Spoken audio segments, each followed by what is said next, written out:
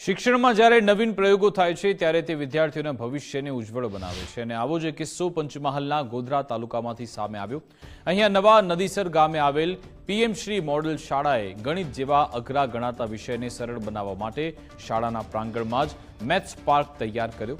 આ પાર્ક હવે જિલ્લાભરમાં કુતૂહલ અને પ્રશંસાનું કેન્દ્ર બન્યો। પંચમહાલના અંતરિયાળ વિસ્તારમાં આવેલ નવા નદીસર સરકારી પ્રાથમિક શાળાએ શિક્ષણ ક્ષેત્રે મિસાલ કાયમ કરી છે। સામાન્ય રીતે બાળકોમાં ગણિત પ્રત્યે એક અજાણ્યો ભય જોવા મળતો હોય છે।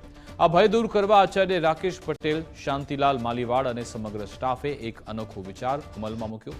તેમણે શાળાના મેદાનમાં જ જ્ઞાન સાથે ગમ્મત પીરસતો એક સુંદર મેથ્સ પાર્ક વિકસાવ્યો। આ મેથ્સ પાર્કની વિશેષતા એ છે કે અહીંયા ગણિતના અઘરા સિદ્ધાંતોને જીવંત કલાકૃતિ દ્વારા દર્શાવવામાં આવ્યા છે।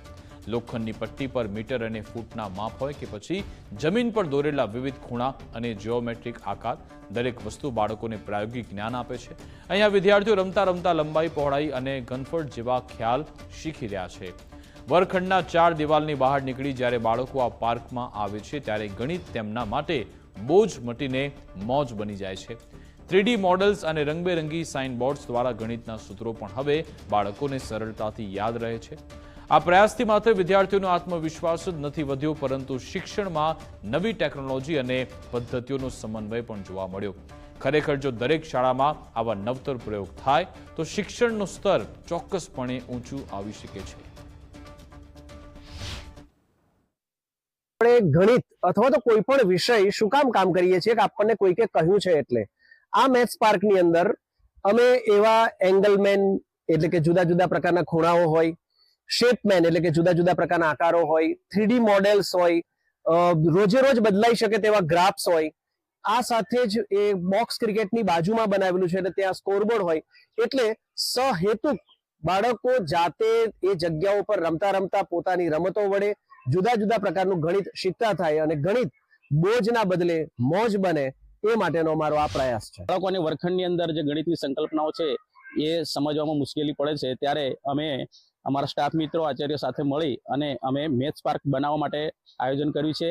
આ મેથ્સ પાર્કની અંદર તમે સંખ્યા ચક્ર છે, સંખ્યાનો મણકા ગોળી પણ બનાવી છે, જે આપણે ગણિતની જે તાર્કિક એનો ક્રમ છે કે પહેલા આપણે એક્સપિરિયન્સ કરાવીએ, પછી તેને ભાષા દ્વારા રજૂ કરીએ, પછી તેને ચિત્રોમાં રજૂ કરે અને છેલ્લે સિમ્બોલથી। તો આ તાર્કિક ક્રમ પ્રમાણે આપણે જઈશું તો બાળકોને જે ગણિતનો વિષય અઘરો લાગે છે તે સરળતાથી કરી શકશે। અમારી નવા નદીસર પ્રાથમિક શાળામાં મેથ્સ પાર્ક બનાવવામાં આવ્યો છે, જેમાં જુદી જુદી મોડલ્સ બનાવવામાં આવ્યા, જેમાં 3D shapes, 3D angle, pattern ચક્ર, ગ્રાફ્સ એવું જુદું જુદું બનાવવામાં આવ્યું, જેથી અમને ક્લાસરૂમમાં જે ગણિત ખૂબ જ હાર્ડ લાગતું હતું એ હવે અમે અહીંયા મેથ્સ પાર્કમાં રમતા રમતા શીખી શકીએ છીએ અને સારી રીતે શીખી શકીએ છીએ। અમારી નવા નદીસર પ્રાથમિક શાળામાં એક નવો મેથ્સ પાર્ક બનાવવામાં આવ્યો છે, જેમાં બાળકો રમતા રમતા ગણિત શીખી શકે। ટીચર્સ તો HW માં હોમવર્ક આપે જ છે, પણ આ બાળકો રમતા રમતા શીખી શકે કે આ રીતે આ થાય, આ રીતે આ થાય। હવે પહેલા અમારા માટે ગણિત હાર્ડ હતું, હવે અમારા માટે ગણિત એક મોજ બની ગઈ છે। ગણિતમાં પહેલા મને એવું થતું કે આ શું ભણવાનું, આ શું કરવાનું, પણ હવે મને એવું લાગે છે કે ગણિત એક મોજ છે, જેમાં આપણે રમતા રમતા પણ શીખી શકીએ છીએ।